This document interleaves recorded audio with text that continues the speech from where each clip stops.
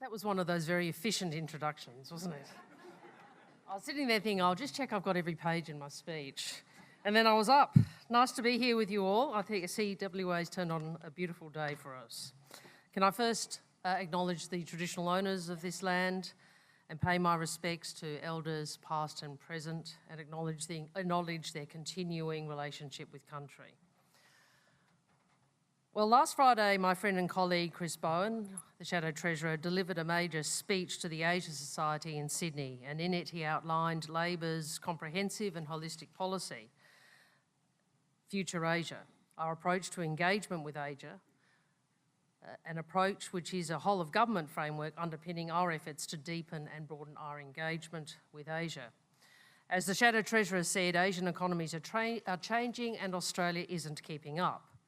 We need a step change in our thinking, not tinkering, not gradualism, but a fundamental whole-of-government, indeed whole-of-nation effort to deepen and broaden our engagement with the region. If we want to maintain our record for economic growth, if we still want our place in the G20 for decades to come, it is critically important that we improve our trade, investment, education, security and cultural links with our region. And the engagement Labor advocates is motivated by two fundamental propositions: that economic strength is a foundation of national power, and that economic engagement not only benefits ourselves, but also our relationships with key nations. Maintaining and enhancing our economic strength and resilience is critical for the Australian people and for national power, and this demonstrably requires engagement across the Indo-Pacific. So today I'm very grateful to Professor Flake for affording me the opportunity to speak with you about Labor's Future Asia policy as it pertains to the Indian Ocean. And I want to also thank the organisers of this conference in the Zone, the University of WA and the Perth US Asia Centre. And I want to add my welcome to a range of international visitors, including the former South Korean Prime Minister Dr. Han, Admiral Koda, Admiral Singh, and scholars and representatives from throughout the region. Well, foreign policy is a national enterprise. It involves the entire nation and it helps to deliver to our citizens the benefits of living in a globalised world. And Perth itself is a wonderful symbol of Australia's place in that globalised world. One of the most remote cities in the world, it remains host to many of the mining and energy companies that continue to play such a significant role in both Asia's economic growth and Australia's national prosperity. Western Australia is such an important contributor to Australia's economic strength and to its security. So I do understand why some of you might feel that the foreign and security policy establishment on the East Coast sometimes seems to overlook the fact that Australia lies between two of the world's major oceans. Perhaps some of our colleagues in the East might welcome the sunrise over the Pacific without remembering the sunsets over the Indian Ocean. I want to say to you that coming from Adelaide, I consider I'm able to mediate because we South Australians necessarily look in all directions. And as we look north, we certainly need to look east and west across the Indo-Pacific. And as we respond to the new opportunities that present themselves across the whole of Asia, from our northwest to our northeast, it is particularly important that a contemporary and fit-for-purpose foreign policy addresses the fact that we must be proactive in our own interests rather than reactive to developments that might take place in either the Indian or Pacific Oceans. Confidence and optimism must be the hallmarks of Australian foreign policy. And the starting and ending points for Australian foreign policy are our interests, wherever they may be engaged. As a continent facing onto two of the world's great oceans, not to mention the Southern Ocean and the Arafura Sea, we are better off concentrating on what matters to us rather than only on the location where any given issue might arise. After all, we live in an interconnected world. As Paul Keating reminds us, when they were handing out continents, not many people got one. Geography is important, but the real test of policy is the extent to which it meets the economic, political and strategic purposes it is intended to achieve. In other words, the issues. So this in turn means we must always deal with the world as it is, wherever it is, and that we must approach meeting our national interests with confidence. And to do so, we need to understand what we stand for and what we want to be, our values, and the purposive nature of foreign policy, our national interests. Early in July, I set out Labor's view of our national interests in a speech to the Lowy Institute, admittedly on the East Coast. And I said that the core interests that will continue to underpin the framing and delivery of Labor's foreign policy are the security of the nation and its people, the economic prosperity of the nation and its people, enabled by frameworks that allow Australia to take advantage of international economic opportunities, a stable, cooperative, strategic system in our region anchored in the rule of law, and constructive internationalism, supporting the continued development of an international rules-based order. The realisation and advancement of these four core interests depend on our ability to harness the national power that gives substance to the national interest. And national power, along with a strong sense of national identity, is what gives substance to our role, both actual and potential, in the Indian Ocean.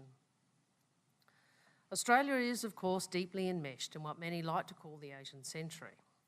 And while the rise of China has had the greatest impacts on the fortunes of regional countries, including our own, we need to remain very alert to the fact that the Asian century is not limited to North Asia in terms of economics, politics, nor strategy.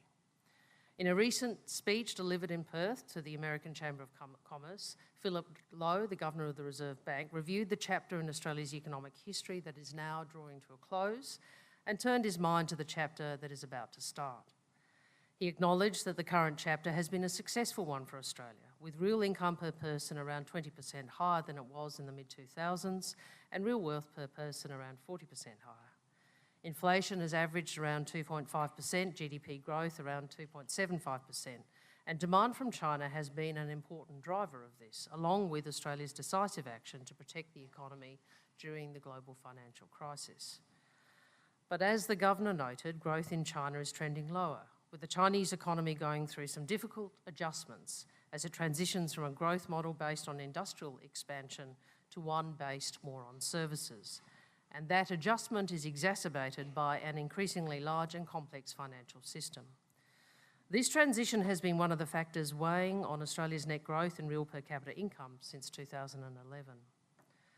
Looking to the future, however, Dr. Lowe said that the shift in the global economy that could shape the next chapter is the growth of other economies in Asia. He commented, "Developments in India and Indonesia bear especially close watching. Both of these countries, especially India, have very large populations and per capita incomes are still quite low. In time, the effects of economic progress in these countries and others in the region could be expected to have a substantial effect on the Australian economy, just as the development of China has."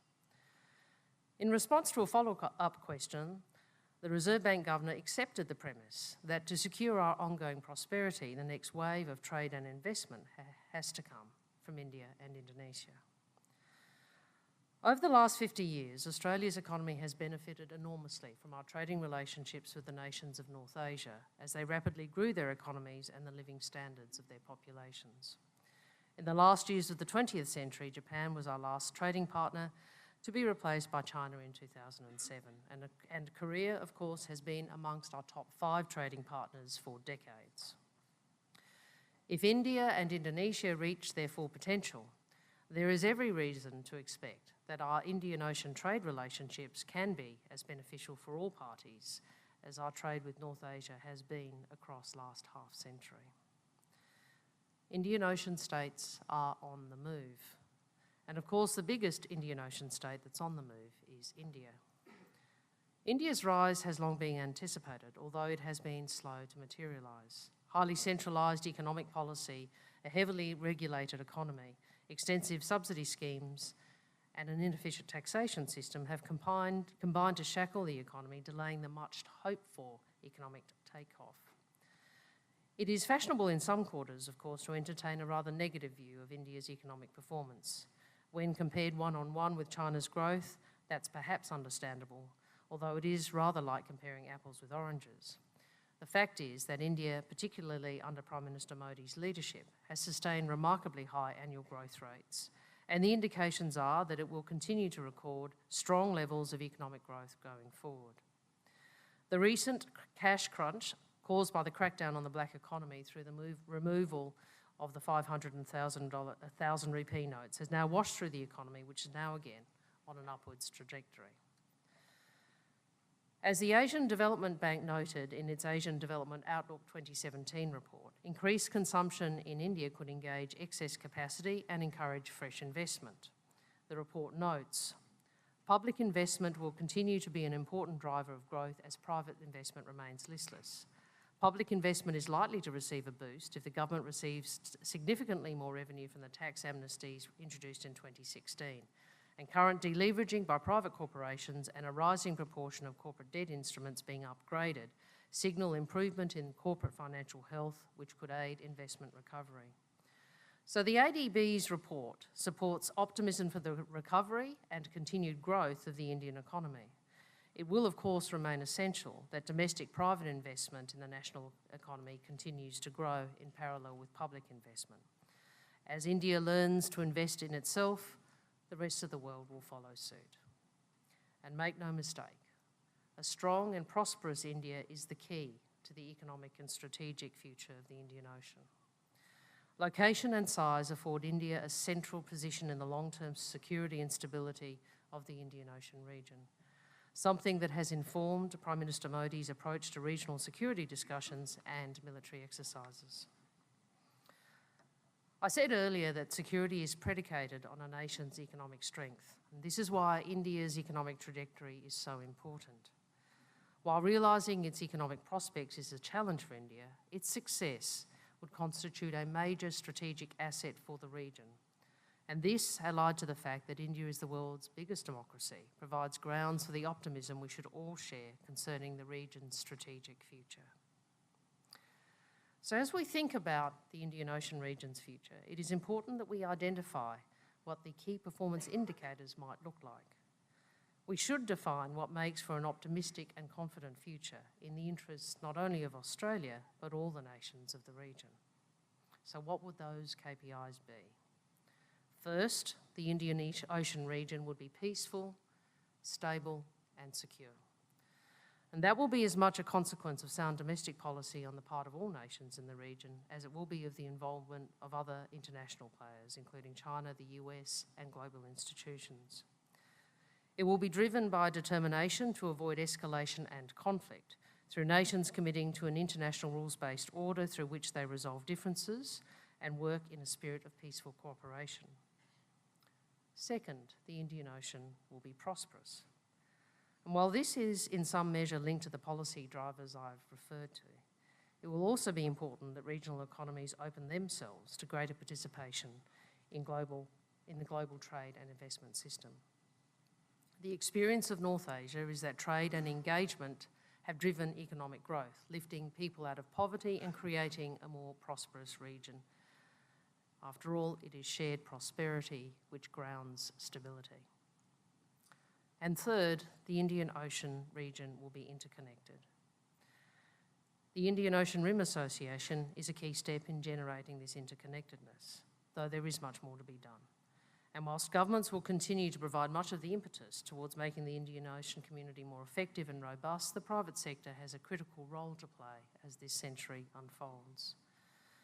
In many ways, the test of an interconnected Indian Ocean community will be a strengthened Indian Ocean market, and the private sector is essential to its development. And I note that this conference is a very important initiative that brings focus to the many interests that will need to combine if the Indian Ocean community is to continue to strengthen. And fourth, the Indian Ocean region will be a model for the management of complicated issues that affect both regional and global communities. The Indian Ocean is part of the great global commons, those environments where the global community has shared interests: the open seas, the atmosphere, the polar regions, space, and in recent times, the internet and cyberspace. And the effective management of the global commons is something that affects every Indian Ocean nation. And getting this right can only be to the benefit of all nations of the region, including Australia. And this brings me to three issues that, from a foreign policy perspective, demand immediate attention if the global commons are to be protected and the interests of all global citizens are to be advanced. And those three issues are fisheries, the exploitation of ocean and seabed resources, and of course climate change. Other speakers at this conference will deal with the blue zone, but let me make a couple of points from a foreign policy perspective. The Indian Ocean fishery is under threat, just as the other great fisheries of the world are under threat. And whilst there are regional agreements in place, such as the Indian Ocean Tuna Commission and the Southern Indian Ocean Fisheries Agreement, their membership is far from comprehensive and their monitoring and policing far from adequate. Similarly, the exploitation of seabed resources is another issue, where both the benefits for the Indian Ocean states and the environmental consequences of seabed mining need exhaustive investigation. When fisheries and seabed resource exploitation begin to overlap with naval security issues, the situation becomes even more complex. In a Brookings editorial in September last year, Dhruva Jaishankar drew attention to this problem from a specifically Indian perspective. In the near future, collective steps will need to be taken to prevent unnecessary and possibly ruinous maritime competition in the Indian Ocean. Greater Indian and international efforts must be made to ensure transparency concerning naval activity and the development of potential dual-use facilities which can be used for both civilian and military purposes. Indian leadership will also be necessary if international coordination and cooperation is to improve, whether on sustainable resource extraction, humanitarian measures, or Indian Ocean governance. But this isn't just a problem for India, it's a problem for all of us. It's a problem for all Indian Ocean states, and it is in the interest of all of us, including Australia, that we act sooner rather than later to head off the sorts of disputes we are now seeing in the South China Sea, to act cooperatively to mitigate against climate change, and to protect the resources of the Indian Ocean for the benefit of all. Climate change is similarly a problem we face collectively. Like the Pacific Island nations, Indian Ocean states are under threat. The Maldives is exposed to existential threat due to climate change, a fact that was dramatically demonstrated in the lead up to the Copenhagen Climate Summit, when President Nasheed and 11 of his ministers held a cabinet meeting wearing wetsuits and scuba gear. Rising sea levels threaten many parts of the Indian Ocean. In the great river deltas of that ocean, the Zambezi, Tana and Limpopo deltas in West Africa, the Indus and Ganges-Brahmaputra deltas on the subcontinent, and the Irrawaddy Delta in Myanmar are all at risk. The livelihoods of hundreds of millions of people on the Indian Ocean littoral may be affected as both agricultural lands and coastal fisheries are impacted. Equally, we must pay attention to the security dimension of climate change. As I am sure some of the following speakers will note in their presentations, climate change has the potential to impact on both domestic and regional security as people try to deal with its consequences, its impacts, particularly in the context of agriculture and fisheries. So amongst the confidence-building measures that regional countries embark upon, collaboration on climate change, on mitigation and adaptation must attract increasing priority. It is important for us to deliver regional development assistance programs that better address the consequences of climate change.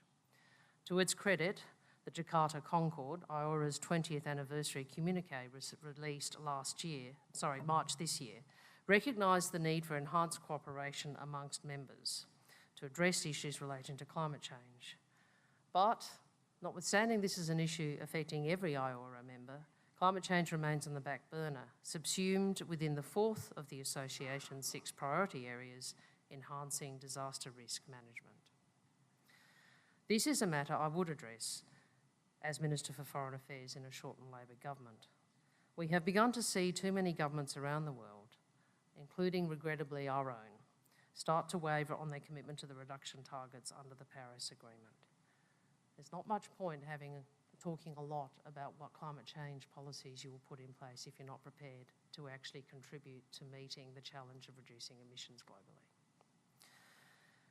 We would want to work closely with IORA member countries to beef up the association's role in addressing climate change as both a regional issue and a global issue.